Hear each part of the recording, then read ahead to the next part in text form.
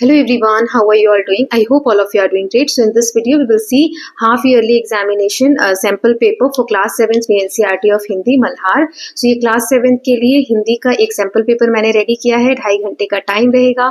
60 number का ये paper रहेगा. निर्देश दिए गए हैं, 4 खंड होंगे. इसमें सभी प्रश्नों के उत्तर देना अनिवार्य है और उत्तम उत्तर जो है आंसर जो है क्रम में लिखना है, सीक्वेंस में लिखना है और शुद्ध वाक्य में उत्तर देना है. सभी प्रश्नों के जो अंक हैं वो आगे दिए गए हैं. कुछ बच्चों ने मुझे कहा है कि चैप्टर नंबर मेंशन करने के लिए, सो आई विल डू दैट. अभी कुछ सेट्स ऑलरेडी रेडी हो चुके हैं तो उसमें मैंने नहीं किया है, बट नेक्स्ट टाइम से मैं याद रखूंगी.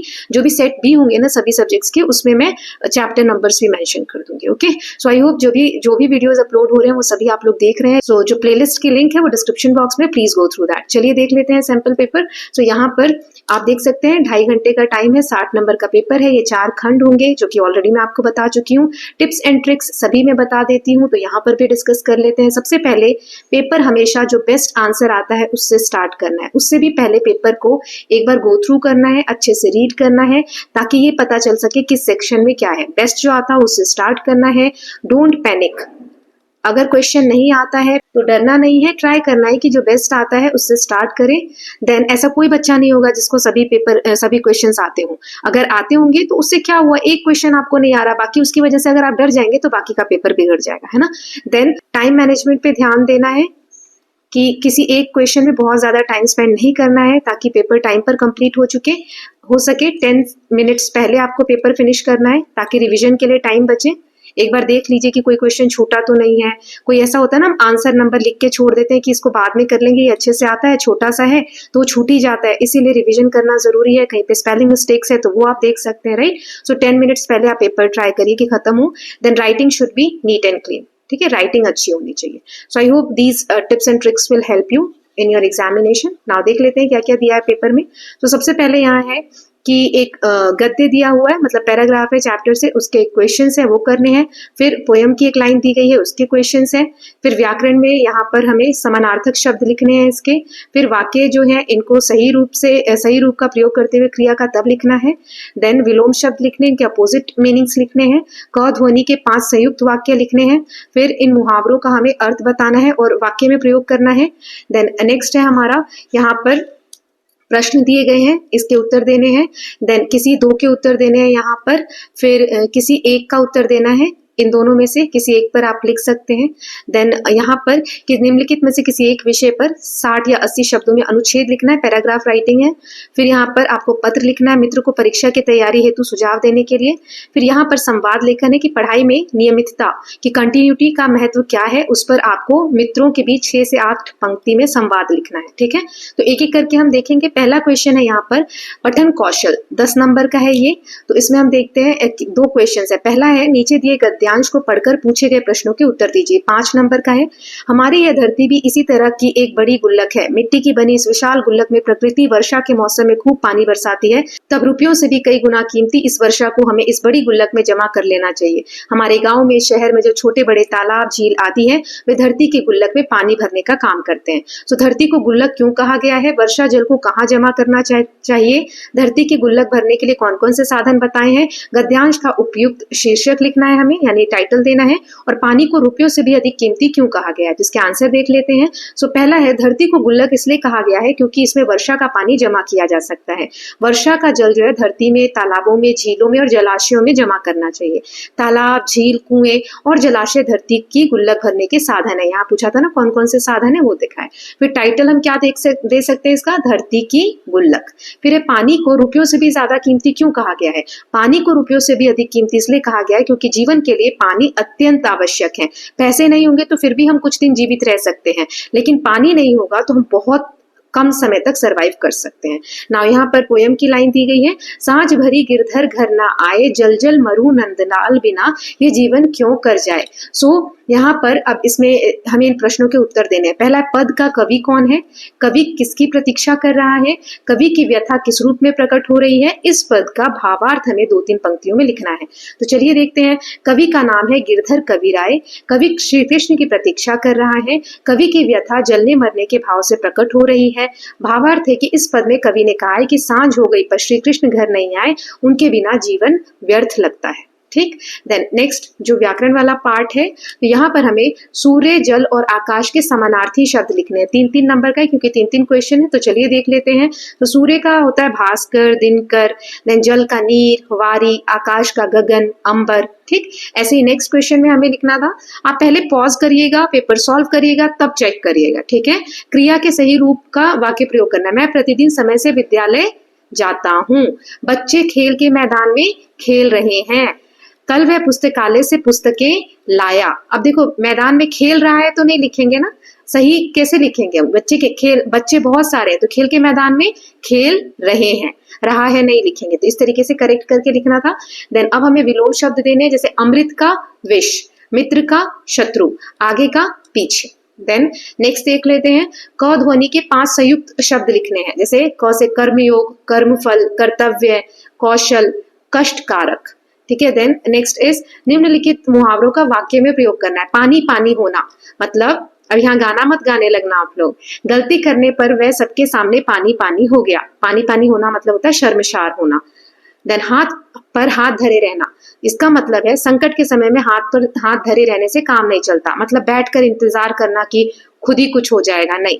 नाक में दम करना, बहुत परेशान करना। बच्चों ने शोर मचाकर सबकी नाक में दम कर दिया है। आंखों का तारा होना, ये बच्चा अपने माता पिता की आंखों का तारा है। अब ये एक एक सेंटेंस तो मैंने बता दिए, अब इनसे आप ट्राई करेंगे, इसका मीनिंग भी लिखेंगे और एक एक नया सेंटेंस आप मुझे कमेंट सेक्शन में बना के दिखाएंगे, तो पता भी चलेगा कि प्रैक्टिस हो रही है।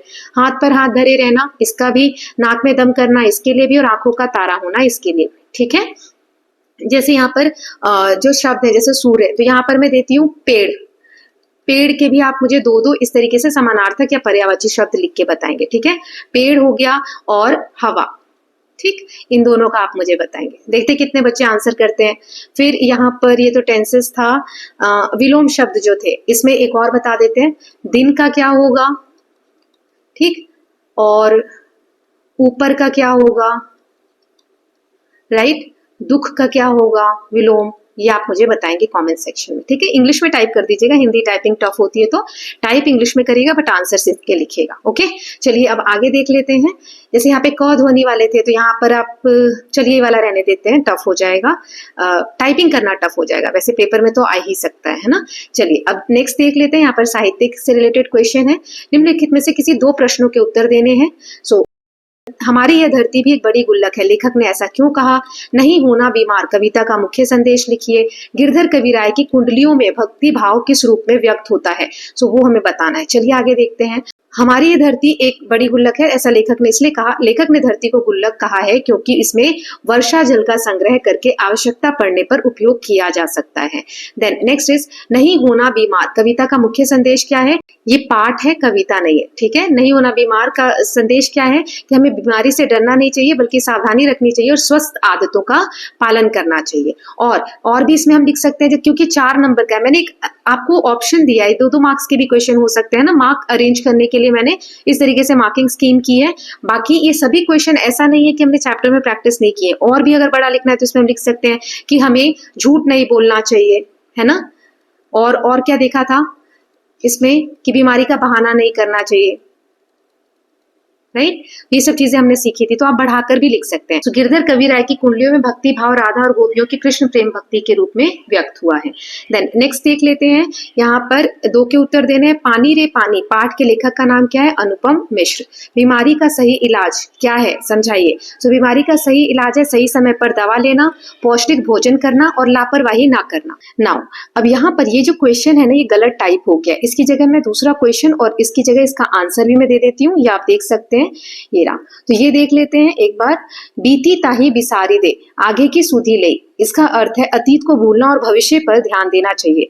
क्या आप इस बात से सहमत हैं? क्यों? इसका उदाहरण देकर समझाइए। सो हाँ, मैं सहमत हूँ। अतीत की गलतियां जो होती हैं हमें सिखाती हैं, लेकिन अगर हम उन्हीं में उलझे रहे तो आगे नहीं बढ़ पाएंगे। उदाहरण है, यदि परीक्षा में कम अंक आए तो उस गलती से सीख लेकर अगली बार अधिक मेहनत करनी चाहिए। अगर हम रोते रहे बैठ कर कि अरे मेरे गलत मार्क्स या कम मार्क्स आ गए, तो फिर हम आगे और कुछ नहीं कर पाएंगे, राइट। नाउ नेक्स्ट देख लेते हैं। सो किसी एक का उत्तर देना है। जैसे जल चक्र पर हमें संक्षिप्त टिप्पणी लिखनी है या गिरधर कवि राय की भाषा शैली पर प्रयोग डालना है। तो जल चक्र यानी समुद्र का जो पानी सूर्य की किरणों से भाप बनकर ऊपर उठता है, बादल बनता है, फिर बादल वर्षा करते हैं, ये वर्षा का पानी नदियों से पुनः होकर समुद्र में चला जाता है और फिर यही प्रक्रिया चलती रहती है जिसे हम जल चक्र कहते हैं। ये गुल्लक वाला जो था ना, धरती के गुल्लक, उसमें हमने पढ़ा था। गिरधर कवि राय की भाषा शैली सरल है, मधुर है, भावपूर्ण है। इसमें अलंकारों का सुंदर प्रयोग और भक्ति रस की प्रधानता दिखती है। ठीक है, देन नेक्स्ट क्वेश्चन देख लेते हैं। इसमें लेखन कौशल है, ये 2 टॉपिक दिए, इनमें से किसी पर आपको 60 से 80 शब्द में अनुच्छेद लिखना है। फिर ये देख लेंगे दोनों क्वेश्चन जिसमें हमें पत्र लिखना है और संवाद लिखना है। तो पहले ये दोनों टॉपिक पे किसी एक पे लिखना है, मैं दोनों का लिख के दिखा देती हूँ। जैसे जल संरक्षण का महत्व क्या है, तो जल जीवन का आधार है, बिना पानी के जीवन असंभव है। आज जल की कमी एक गंभीर समस्या बन चुकी है। यदि हमने समय रहते जल का संरक्षण नहीं किया तो भविष्य में भयानक संकट उत्पन्न होगा। हमें वर्षा जल को संग्रहित करना चाहिए, नदियों, तालाबों और झीलों को बचाना चाहिए, पानी का दुरुपयोग नहीं करना चाहिए। छोटे छोटे प्रयास जैसे नल खुला न छोड़ना, पानी व्यर्थ न बहाना हमें अपनाने चाहिए। जल बचाना ही जीवन बचाना है। तो इस तरीके से आप अपनी लैंग्वेज को यूज करके, सिंपल लैंग्वेज यूज करके और लिख सकते हैं। ठीक है, अब नेक्स्ट टॉपिक जो मेरा प्रिय त्योहार, तो ये तो सबका अलग अलग होगा। जैसे मैंने यहाँ पर एक एग्जाम्पल दे दिया है, मेरा प्रिय त्योहार, भारत त्योहारों का देश है और हर त्योहार का अपना महत्व है। मेरा प्रिय त्योहार दीपावली है। ये प्रकाश का पर्व है और जो अंधकार पर प्रकाश की विजय का प्रतीक है। दीपावली के दिन घरों की सफाई की जाती है और दीप जलाकर सजाया जाता है।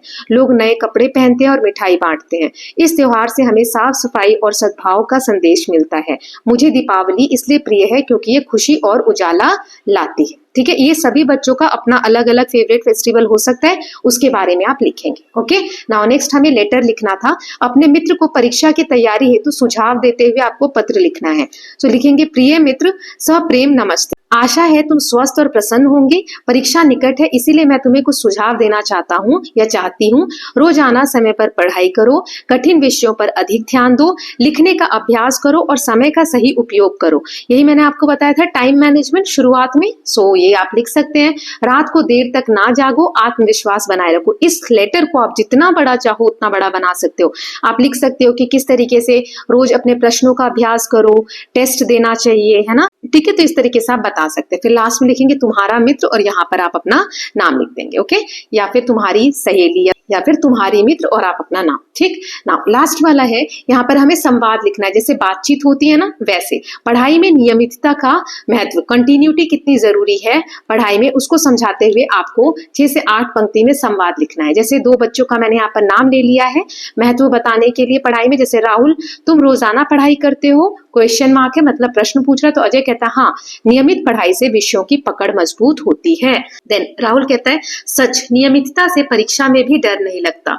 अगर हम रोज पढ़ाई करते हैं, कंटिन्यूटी से प्रैक्टिस करते हैं, तो हमें एग्जाम टाइम पे भी डर नहीं लगता। तो अजय कहता है, बिल्कुल, नियमित पढ़ाई से हमें समय पर तैयारी हो जाती है एग्जाम्स की। तो राहुल कहता है, अब से मैं भी रोज पढ़ाई करूंगा। ये तो मैंने थोड़ा सा एग्जाम्पल दिया है। आप इस बातचीत को और ज्यादा बढ़ा सकते हो कि तुम्हें कौन सी सब्जेक्ट्स की तैयारी सबसे ज्यादा अच्छी लगती है, या पहले तुम कौन से सब्जेक्ट्स ज्यादा पढ़ते हो। ठीक है, तो इस तरीके से आप वाक्य बनाकर और भी कोई टॉपिक लेकर आप संवाद क्रिएट कर सकते हैं। ओके, ऐसे आपको आ सकता है एग्जाम में। सो विद दिस स्टूडेंट्स, हमने ये सेट 1 देख लिया है। जो भी सजेशन है, जैसे अभी मैंने इंग्लिश का अपलोड किया, उसमें आप लोगों ने सजेशन दिए। सो जो भी सेट रेडी हो गया उनका तो मैं नहीं कहूंगी, लेकिन जो नए आने वाले सेट है ना, उसमें पक्का मैं वो चेंजेस करूंगी। ऐसे आप हिंदी के लिए भी बता दीजिए। और ज्यादा क्वेश्चन आंसर इंक्लूड करने हैं या कैसा बनाना है, तो please let me know. Okay, so will meet with the next paper या नेक्स्ट सेट और next subject sample paper in the next video. Till then, please take care of yourself, keep learning, keep revising, and don't forget to subscribe Kalyan TV channel for more such videos. Thank you so much.